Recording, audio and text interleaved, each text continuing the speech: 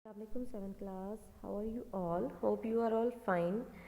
So 7th class अपने previous lecture में science के हम लोगों ने रेस्पिरेटरी सिस्टम के बारे में पढ़ा था, ठीक है।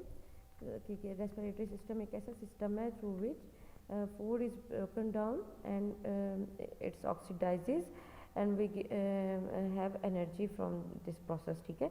यानी रेस्पिरेशन एक ऐसा प्रोसेस है जिसमें फूड मॉलिक्यूल जैसे ग्लूकोज वगैरह ये टूटते हैं, इनकी ऑक्सीडेशन होती है और हमें एनर्जी मिलती है। So now from page number 8 we have to continue our reading. Here we have respiratory disease. अब जो रेस्पिरेटरी डिजीज़ हैं उनके बारे में हम पढ़ेंगे। हाईलाइट करें, smoking cause lungs cancer which kill millions of people every year. यानी स्मोकिंग की वजह से लाखों लोग जो हैं वो हर साल मर जाते हैं। देन वी हैव कैंसर, ये एक ऐसी डिजीज़ है, हाईलाइट करें, in which the cells start to divide rapidly until they get out of control. यानी जो सेलुलर ग्रोथ है वो इतनी ज़्यादा बढ़ जाती है कि वो कह लें कि आपके सेल्स जो हैं उनकी गुठलियाँ सी बनना शुरू हो जाती हैं और उनकी जो ग्रोथ है वो आउट ऑफ कंट्रोल हो जाती है। Lung cancer can product a growth so big that it blocks bronchus making breathing difficult. यानी लंग का जो कैंसर है उस पर क्या होता है कि इतनी बड़ी ग्रोथ आपके लंग्स के ऊपर बन जाती है कि ब्रोंकस जो है उसका रास्ता ब्लॉक हो जाता है और फिर सांस लेना जो है वो मुश्किल हो जाता है। Then we have emphysema and other respiratory disorder. Highlight करें, it is a lung condition in which the walls of the alveoli becomes thin and weak. यानी ये आपके फेफड़ों की ऐसी कंडीशन है जिसमें जो एल्वियोलाई हैं जहाँ पे गैसियस एक्सचेंज होता है, ठीक है, उनकी जो दीवारें हैं वो बहुत पतली और बारीक हो जाती हैं और दे इवेंचुअली ब्रेक डाउन और वो टूट जाती हैं, living large empty spaces in the lungs so that breathing becomes painful and difficult. जिसकी वजह से क्या होता है कि बहुत बड़ी खाली जगहें आ जाती हैं यानी उनके टूटने की वजह से आपके लंग्स में इस, और फिर क्या होता है कि आपके सांस लेना ये जो अमल है वो बहुत मुश्किल हो जाता है और बहुत पेनफुल प्रोसेस हो जाता है। This is usually caused by heavy smoking, यानी बहुत ज़्यादा स्मोकिंग की वजह से ये जो कंडीशन है ना ये होती है। Then we have asthma. ये एयर जो आपको पता है मिक्सचर है डिफरेंट गैसेस का, जिसमें डस्ट पार्टिकल्स भी हैं, स्मोक, पोलन्स हैं। जब आपको इस तरह के किसी यानी एलर्जेंस का सामना होता है तो ये इरिटेट करते हैं आपके मसल्स ऑफ ब्रोंक्यूल्स को, जिसकी वजह से क्या होता है ब्रोंक्यूल्स बिकम नैरो, आपके ब्रोंक्यूल्स जो हैं वो तंग हो जाते हैं। So less air is able to enter the lungs, तो बहुत कम हवा आपके फेफड़ों तक पहुंच पाती है। This cause problems in breathing and people suffer from asthma. इसकी वजह से क्या होता है कि आपको सांस लेने में मुश्किल होती है और एस्थमा की बीमारी की आपको लगती है। एस्थमा बहुत कॉमनली डिजीज़ है जो कि एयर पोल्यूशन की वजह से होती है। इसको ओवरकम करने के लिए पेशेंट जो है अपने साथ ऑक्सीजन के सिलेंडर्स रखते हैं। इसके अलावा हाईलाइट करें, एस्थमेटिक पेशेंट्स यूज़ इनहेलर्स, यानी वो इनहेलर्स यूज़ करते हैं बहुत ज़्यादा, ठीक है, जिसके अंदर ऐसी मेडिसिन होती है जो कि डस्ट पार्टिकल्स और दूसरी इम्प्योरिटीज़ को ब्रोंक्यूल्स को इरिटेट करने से प्रिवेंट करती है। देन वी हैव ब्रोंकाइटिस, ये इन्फ्लेमेशन है यानी सोजिश है आपके हवा के रास्ते की, ठीक है, और ये रिड्यूस कर देती है यानी कम कर देती है एबिलिटी ऑफ द लंग्स, फेफड़ों की एबिलिटी को टू एब्जॉर्ब ऑक्सीजन को एब्जॉर्ब करने में। यानी आप इसकी वजह से क्या होता है कि आपके फेफड़े सही से ऑक्सीजन को एब्जॉर्ब नहीं कर पाते और ये डिजीज़ जो है वो बैक्टीरिया की वजह से होती है, लेकिन स्मोकिंग जो है इस कंडीशन को वो वर्स यानी बदतरीन बना देती है। फिर है आपके पास प्रिवेंशन और ट्रीटमेंट। अब वो कह रहा है कि जो डिजीज़ है रेस्पिरेटरी सिस्टम की वो किस वजह से होती है कि जब आप जर्म्स इनको अपने अंदर लेके जाते हैं, डस्ट को, केमिकल्स, फ्यूम्स, धुआं और वेपर्स वगैरह को, ठीक है।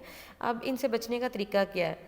मेंटेन योर फिज़िकल फिटनेस, अपनी फ़िज़िकल फिटनेस को बरकरार रखें, ठीक है, और इसके अलावा क्या करें कि ईट नरिशिंग एंड बैलेंस मील यानी मतवाज़न ग़िज़ा खाएँ और ओवर क्राउडेड एरियाज़ पर या ऐसी जगहों पर ना जाएं जो कि बैडली वेंटिलेटेड है, यानी जहाँ पे हवा का जो गुज़र है वो ठीक नहीं है, यानी वो हवादार नहीं है। एंटीबायोटिक मेडिसिन भी जो डॉक्टर्स लिख कर देते हैं वो भी हम इस्तेमाल कर सकते हैं। On page number 9 we have fill in the blanks. Respiration is the process by which food is oxidized in our bodies to release energy, ठीक है, यानी एनर्जी रिलीज होती है और रेस्पिरेशन के प्रोसेस के दौरान। Exchange of gas takes place in alveoli, यानी गैसों का तबादला किधर होता है? वो एल्वियोलाई में होता है। उसके बाद the blank and the blank help to bring about breathing movements. जी, तो की वजह से आपको जो है ना वो यानी आपकी जो ब्रीदिंग की मूवमेंट है वो किसकी वजह से कैरिड आउट होती है? तो वो इंटरकोस्टल मसल्स और डायफ्राम की वजह से आपकी ब्रीदिंग मूवमेंट्स होती हैं, ठीक है।